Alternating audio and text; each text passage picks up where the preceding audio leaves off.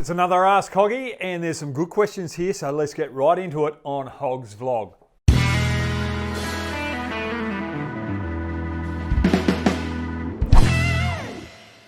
Right, the first question, I've got to get my glasses so that I can actually read the sheet of paper. Question 1, Mohammed SABIR HUSSAIN. Contenders for IPL 2020 according to you? Well, Mumbai Indians look like they're going to be the champs again. So they're one of my top 2 going into the UAE tournament. The reason being, they've got a good top 4. They've also got some great all-rounders. Their bowling attack is stable, led by 2 geniuses with the new ball and death ball bowlers as well. Boomerang, and who's that guy from Sri Lanka, the young bloke? Malinga.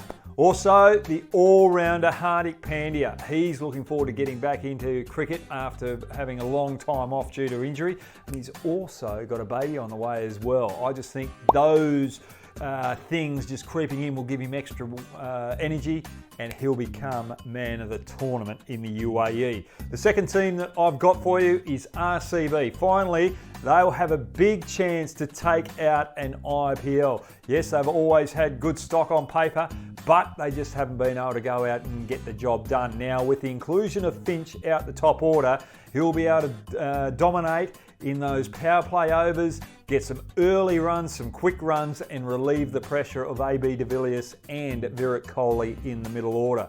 Also, their bowling attack looks strong with Dale Steyn and Kane Richardson, and I just think they're a better balanced team than last year or the last couple of years that they've had, and they'll have better strategy going into this year, so watch out for RCB. Question 2, can anyone replace Dhoni in terms of his wicket-keeping ability and batting in the lower order in white ball cricket and his presence of mind? Well, let's look at MS Dhoni. What an absolute genius he was. The result did not faze him when he went out to bat. He played without fear, and that is why he was so strong in the lower order. You don't find players that go out and take the pressure on their shoulders and don't have the fear of failure. He just goes out and he knows that the majority of the time he's going to succeed. And I don't think we'll find anyone in world cricket that played his role. I don't think we'll find anyone like that in the next 10 years. So MS Dhoni, genius. Hopefully we do find someone sooner than later like him. And that was from Amanora 10. Right, question 3. Does Suresh Raina have a chance to make a comeback to the Indian team now that the T20 World Cup is going to be pushed back? Now, this is from BIKRAM HALDAR. Now, look, Raina, he has been a revelation in Indian cricket, one of the better fielders that we've seen from India on the world stage. There's no doubt about that. Fantastic left-hand batsman, but if we look out the Indian lineup right now and where Virat Kohli wants to take it, he's looking out the youngsters in that middle order, and Iyer has done reasonably well at number 4, and that's where Raina's going to bat. I can't see him batting down the lower order. He's more of that batsman that comes in out 3 or 4 and bats through the middle overs, and I don't think there's a role for him in Indian cricket. The only way that he will get a chance in T20 cricket if they continue to open with Rahul and Rohit Sharma and leave Darwin out. So he may have a slight chance there, but I can't see Raina playing again. And that's a little disappointing to say. Now, question 4. Is Babar Azam the right captain for Pakistan? This is from Guru Publication. Well, Babar Azam, he is the best player that Pakistan have got. He is playing in all 3 formats. I think it's okay for him to be captaining both white ball format games. I don't want to see him captain Test cricket. I think that will be too much on his plate, too much responsibility, and it will affect his batting. And Azhar Ali is doing a fantastic job as captain in Test cricket. Let him do it for the next couple of years and just give Babar Azam an opportunity in the white ball format, see how he handles the role of captaincy as well as being the premier batsman in the team. Look out for his workload. Rightio, next question. This is question 1, 2, 3, 4, 5. Wakar Yunus said Nazim and Shaheen are better than Wood and Archer in terms of skill. Do you agree with him? This is from DANNISH WANI. Look, I think all four bowlers have got tremendous attributes to their team, but when it comes to a longer spell, if both teams have to bowl for a day and a half, I think the two Pakistan bowlers will have more skill with swinging the ball as well as variations with seaming the ball, with wearing the balls. I just think Archer and Wood are more power bowlers. When they use a lot more of their body out the crease, they don't have a quick run up like the two Pakistan bowlers. So that's the difference there.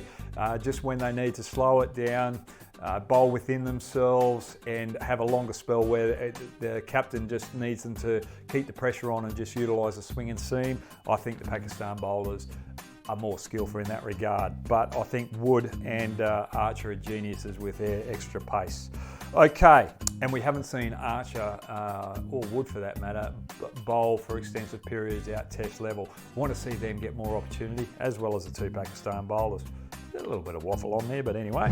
Number 6, why are there less fast bowling all-rounders these days? This is from VINAYAK PAREEK, I think. Yep. Well, extra workloads. Ben Stokes, you see him when he bowls, he puts in a lot of effort, and if you're going through a 3-test series or a 5-test series, the extra overs that he may have to bowl might put pressure on him in the later stages of that test series and wear him out for both batting and bowling. So you've got to be careful with that. And generally, if we look at players now when they are developed as a younger player, they spend more time on one skill than the other. So you look at Steve Smith, for example, with his leg spin bowling. He doesn't work on that as much as he used to. And I got to tell you, when he was first coming through the ranks, he was a genius leg spinner, but he concentrated more on the batting. England are very lucky at the moment that they have got Ben Stokes, but I'm afraid that at some stage he may have to make a decision to limit the amount of bowling that he does, because it will affect his batting at some stage if he's got to bowl more overs. So they've got to make sure they get the right combination in their pace attack to limit Ben Stokes' workload. All right, final question. Which Australian spinner excites you and why? This is Hamish Curtis. Well, we've got Nathan Lyon, there's no doubt about that, but let's move Nathan Lyon away. Who's coming through? We got Swepson from Queensland. I just like his courage. I like the way that he gets into a contest. Nothing really phases him. And then there's Pope from South Australia. I like his skill set as well. The only thing with Popey at the moment, I just like to see him being put under a little bit more pressure. How does he hold up to that pressure? And with both leg spinners, Queensland and South Australia, bowl them more in first class cricket, please. Get the overs under the belt for these players because they're talented cricketers. We've got to bowl spinners more. And one of those two will take over from Nathan Lyon down the track. Now, I just want to say a big g'day to Syed Al Iqbal. He sent out a message for me for my last video. A big thank you to you, Hoggy, for explaining to us with the techniques of grabbing catches in the slips cordon.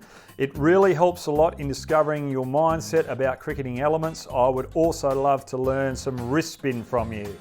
Well, Saeed, they'll be coming out sooner than later, so don't worry about that. We'll talk about that down the track. But you guys, have a good day, stay safe, and keep enjoying your cricket. Thanks for joining me, and you guys know what to do to get the notifications when the next video is getting out. Let's get on with it. Get on with your day. I'll see you later.